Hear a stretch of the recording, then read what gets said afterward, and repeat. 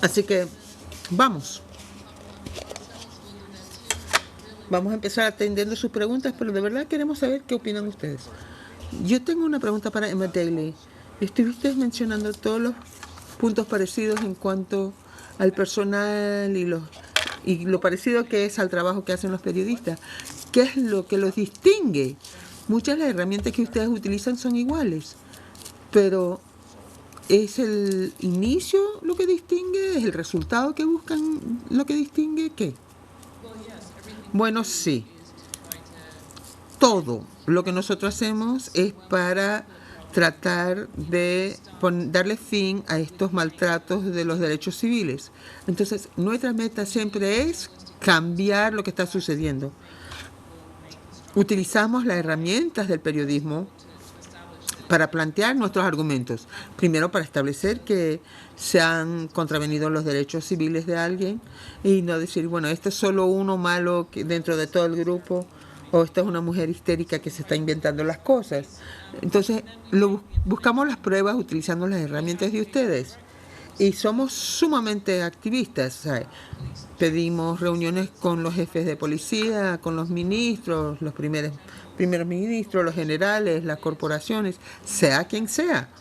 Queremos tener contacto directo con ellos para tratar de convencerlos de cambiar sus normas, para que dejen de hacer lo que están haciendo. También nos enfocamos en quién influye sobre ellos. Entonces, si no podemos ir directamente con el gobierno, vamos a los gobiernos que le están subvencionando. Y le decimos, ¿saben qué?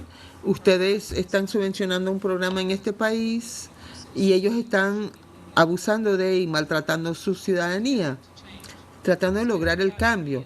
Creo que eso es, que nuestro esfuerzo es totalmente dedicado a realizar el cambio y trabajar como activistas a favor del cambio.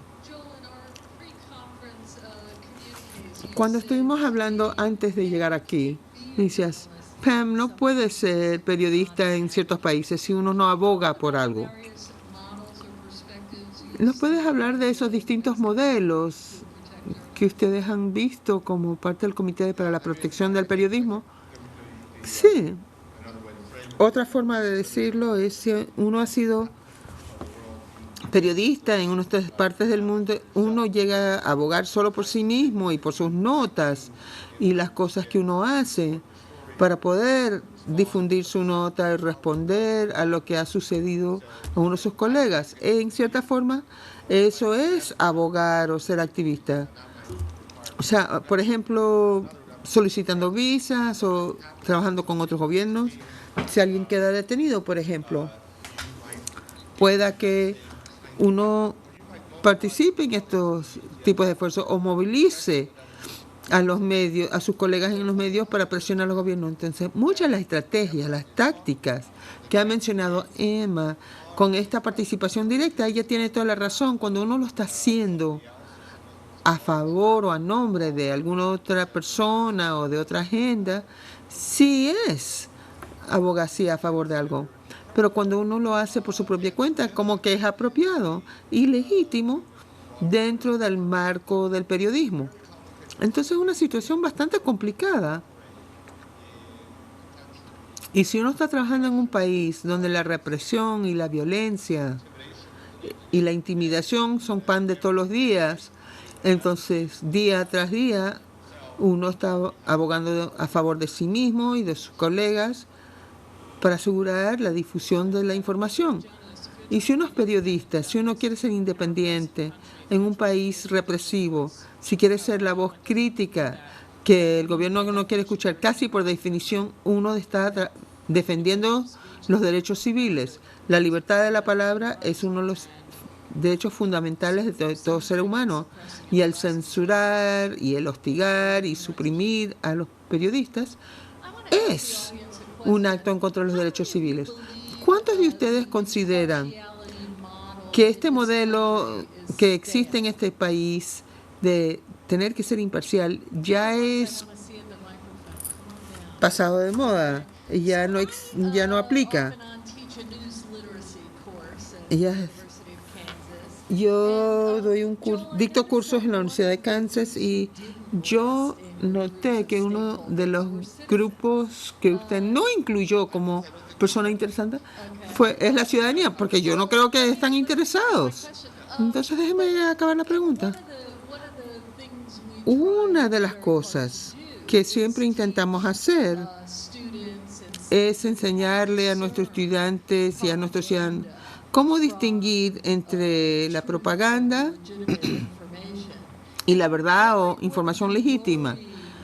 Y me pregunto, si alguien en este panel se preocupa de ese tema y la preocupación que tienen personas en cuanto a los lectores y los usuarios que solo quieren ver información que apoye su perspectiva hacia el mundo.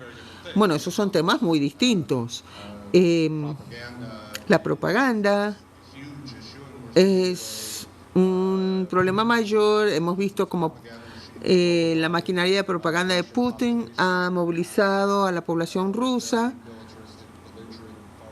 para que apoyen estas actividades en Ucrania y Siria con un impacto sumamente destructivo, pero reconociendo eso, esas distinciones que yo había hecho entre el periodismo y el activismo son del otro extremo, viven en otro extremo también.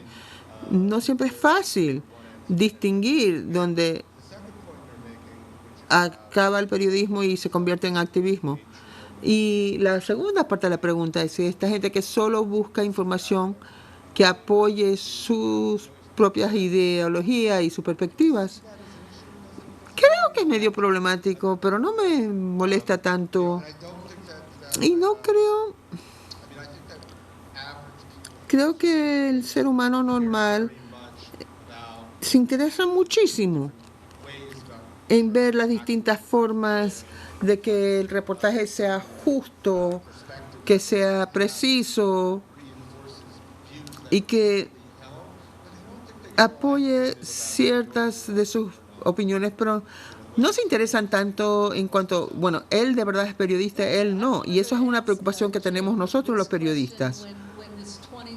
Cuando este chico de 20 años dijo, ¿cuándo como periodistas vamos a reconocer que el matrimonio entre géneros iguales es lo correcto?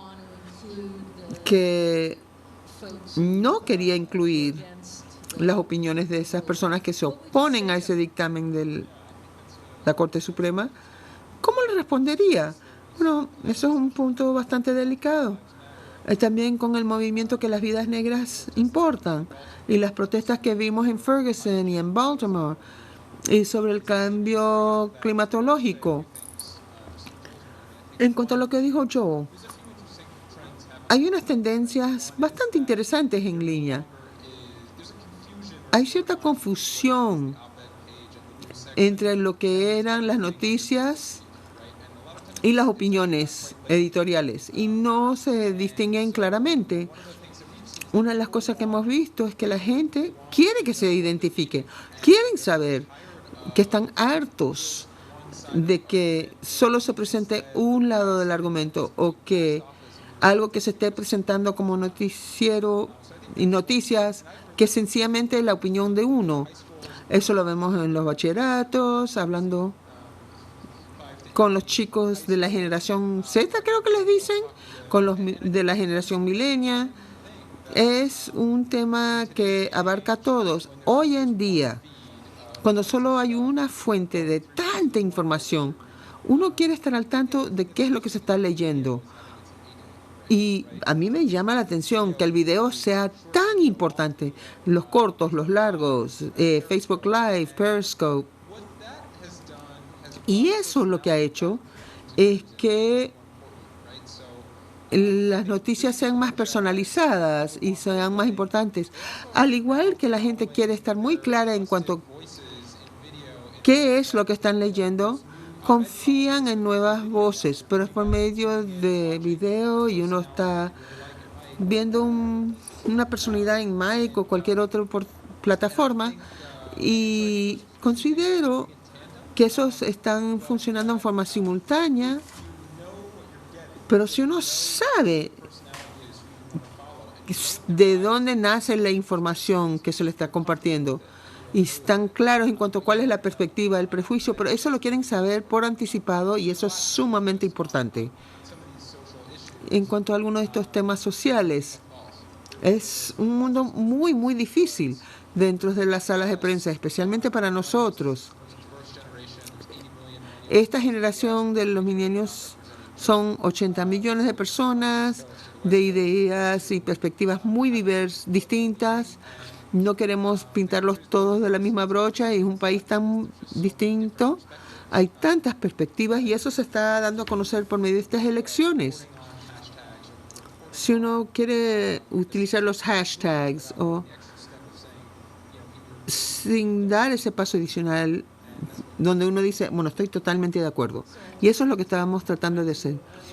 Volviendo a la pregunta inicial, creo que otro lugar donde vemos que esta línea es muy borrosa es en los canales RT, CCTV, donde los gobiernos de, por ejemplo, China y Rusia están invirtiendo en estas redes de cable con estas emisoras, donde el reportaje no es para nada imparcial y uno no puede valerse totalmente. ¿Cómo distingue eso de Al Jazeera en árabe como el de inglés, Al Hura? Es una situación tan compleja. Tanto Rusia como China están tratando de penetrar estos medios para diseminar la información que ellos quieren que se publique. Y me acuerdo que la última vez que aquí entra el juego en la economía, la última vez que estuve en África del Sur, me molesté bastante al saber que no se podía obtener Al Jazeera en inglés o BBC si uno pagara, pero CCTV y RTC sí se recibían en forma gratuita. Eso es bastante preocupante. Yo trabajo en el Centro de Integridad Pública. También quisiera escuchar los comentarios del panel, porque esto es algo que discutimos todos los días. Especialmente porque trabajamos en el mundo sin fines de lucro, los reglamentos son bastante estrictos y cómo manejar esa diferencia. Y uno tiene que ser muy cauteloso. Entonces, ¿cómo manejar esa situación? Porque para mí es más en cuanto al intento, el punto de partida con la cual uno inicia su reportaje.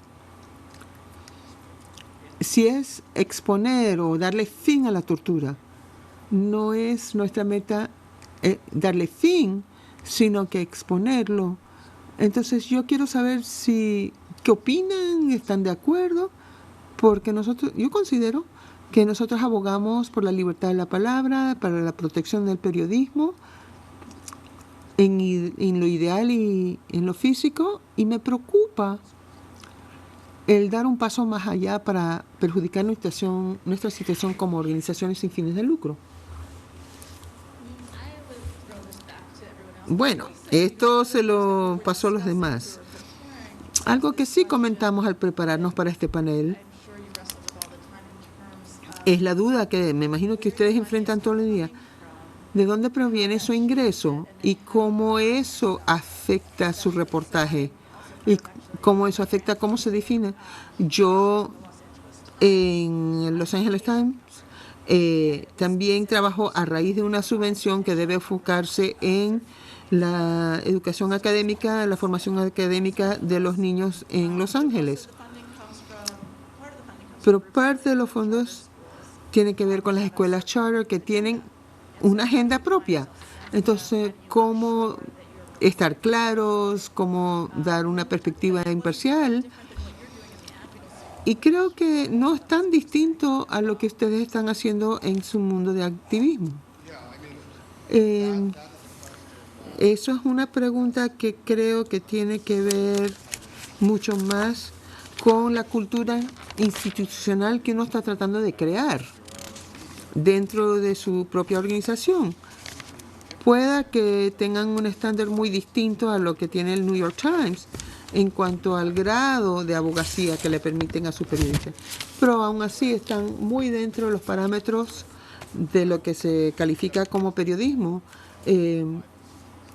Entonces, pero para mantener su estatus como organizaciones sin fines de lucro y si están participando en el cabildeo, esas son cosas muy distintas.